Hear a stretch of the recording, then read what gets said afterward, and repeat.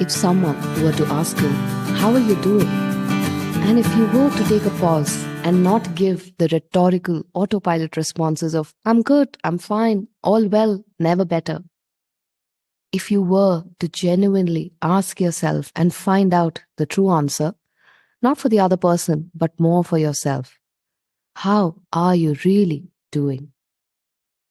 In the last year, I've had so many conversations with many of you in this little space we've carved out on the internet. And most often, it breaks my heart to see the many ways we suffer. We're continually stressed, anxious. We toss and turn for hours trying to fall asleep. We intoxicate ourselves with alcohol, drugs, other substances, hoping that that will numb our pain.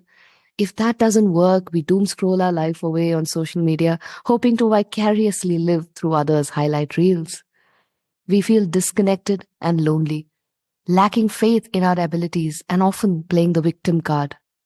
We barely get by one day to the next and are simply exhausted, dispirited, and lost. We endure one day to the next and call it a life, but it is nothing more than mere existence. And when we do settle for mere existence, we do a great disservice to our abilities, potential, and human spirit. You see, I truly believe that as humans, we are born for greatness. Yet we crumble under the weight of our own minds, our own self-induced miseries. Can 2024 be the year we break free from our self-imposed shackles? The year we awaken to our true power, take responsibility for our lives, and make change happen.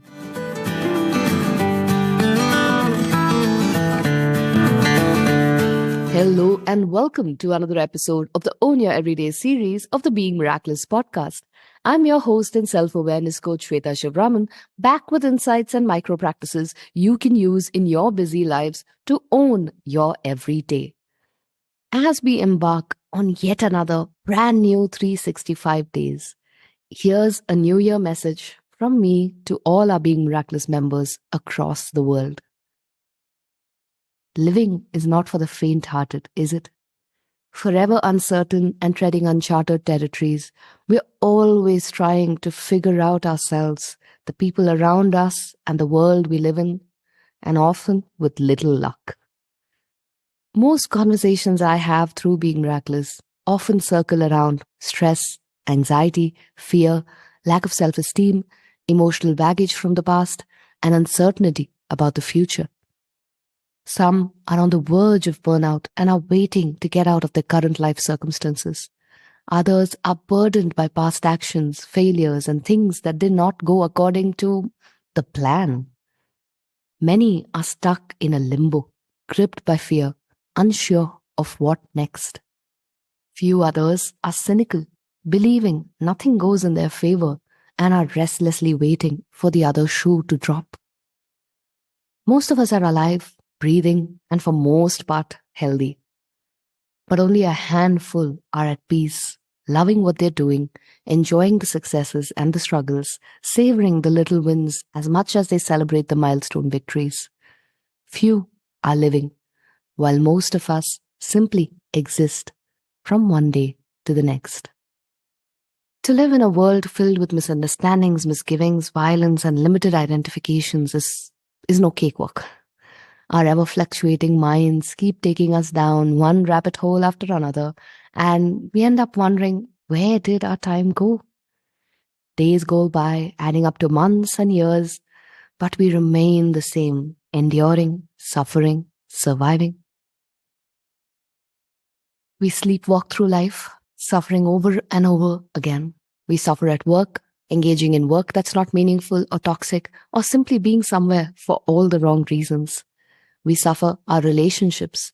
We constantly misunderstand, try to control the other, get into egoistical wars where no one emerges victorious.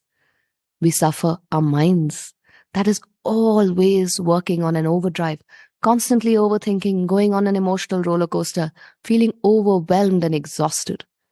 We have social statuses, but no sense of self worth.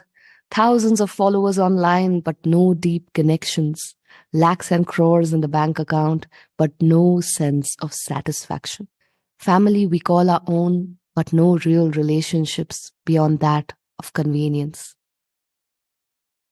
We live a life of what ifs. If only I'd done that. What if I didn't make this mistake? What if I knew this before?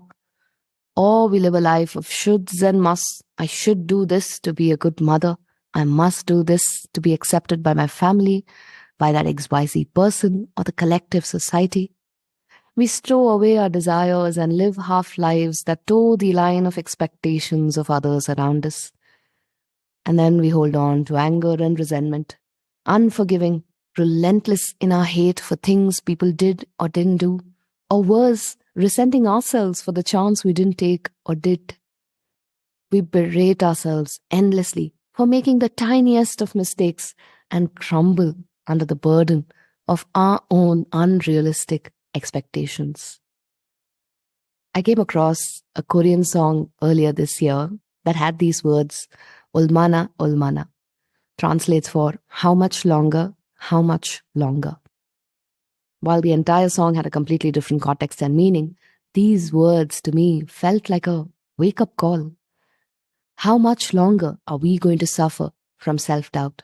How much longer are we going to keep playing small? How much longer are we going to suffer and call it a life? When are we going to break free from our own self imposed mental shackles and claim our spaces fully, powerfully, authentically? It's high time we step into our own power and live the lives we deserve. It's one thing to suffer life in circumstances beyond our control, but when we suffer our own minds, isn't that simply tragic? Life might throw curveballs at us from time to time, and we have no choice but to face what comes. But we can tame our minds and have a better relationship with ourselves, our thoughts, emotions, and the people around us.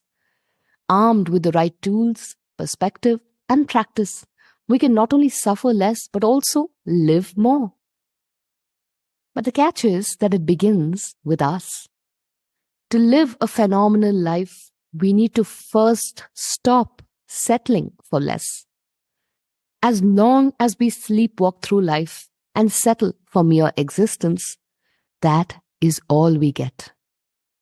To truly live and thrive, we need to wake up, take matters into our own hands, and ask for more. Imagine a life where you wake up feeling grateful, with a smile on your face, looking forward to the day ahead. A day that's harmonious and includes meaningful work, healthy interactions, strengthening connections with loved ones, contributing to a larger purpose, personal growth, joy, and learning. No, this is not a figment of my imagination. It is possible. It may not be easy, but it's not impossible either if you're willing to commit to walking the path. So, say you've decided to ask for more. You might be wondering, what is the next step? How do I go about getting this life for myself? The second step is to find more clarity. Ask yourself the bigger questions. Who are you? What do you value? What is most meaningful for you to engage in?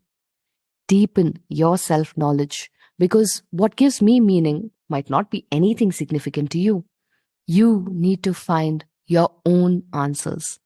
Finding clarity doesn't have to be time consuming, and it definitely does not require you to leave your responsibilities and go to the Himalayas to discover yourself. Nope. Take 15 minutes for yourself every single day to reflect. Think about what your day has been. What was the highlight of the day? And what would you like to do better tomorrow? Trust me, gradually the answers will come.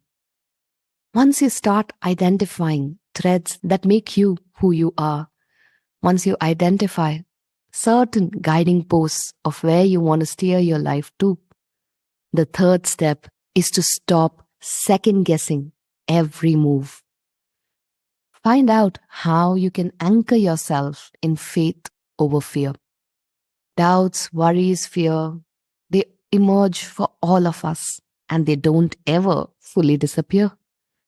To live an extraordinary life, you have to have the courage to do the hard things despite them. Ask yourself, who's sitting in the driver's seat? Is it your faith, dreams, and desires, or your fears? It's time to take back the steering wheel of control. If you notice fear calling shotgun over and over again, seek help. Reach out to a mentor you trust, or maybe a coach, but don't let it stop you from living your life. The fourth step, and probably one that I rate as the toughest of them all, is to show up for your dreams consistently. Ask yourself, what makes you sabotage your own progress? Sometimes we fear our truest potential, our fullest power, more than anything else. Our reality disempowers us. So start small, make a commitment, and do your best to stick with it. Not through hard discipline, but with kindness and self compassion. And in all of this, don't forget the most important thing, life itself. Everything else comes after. Life is the most precious blessing we have, and we owe it to ourselves to make the most of this blessing. Relax, let go, smile, and enjoy the game of life. It is a tragedy to be born as one of the more intelligent beings on this planet, to be born human, and to endure life in misery. So, chin up and experience life for everything it offers. Learn through every up and down and live it up to the best of your knowledge. So there's your everyday tip, not just for this week, but if you can remember, for the whole year. Let 2024 be the year you stop existing and start living. Dare to dream big, ask for more, show up for yourself courageously, compassionately. Put in the work, and the time will come to reap the rewards, I assure you.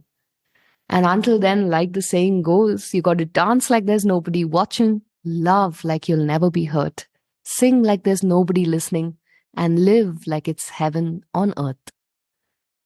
If you need some support in your journey of finding clarity, confidence, and consistency, DM me and let's explore if partnering with me as your coach can help you accelerate your progress and confidence on this journey.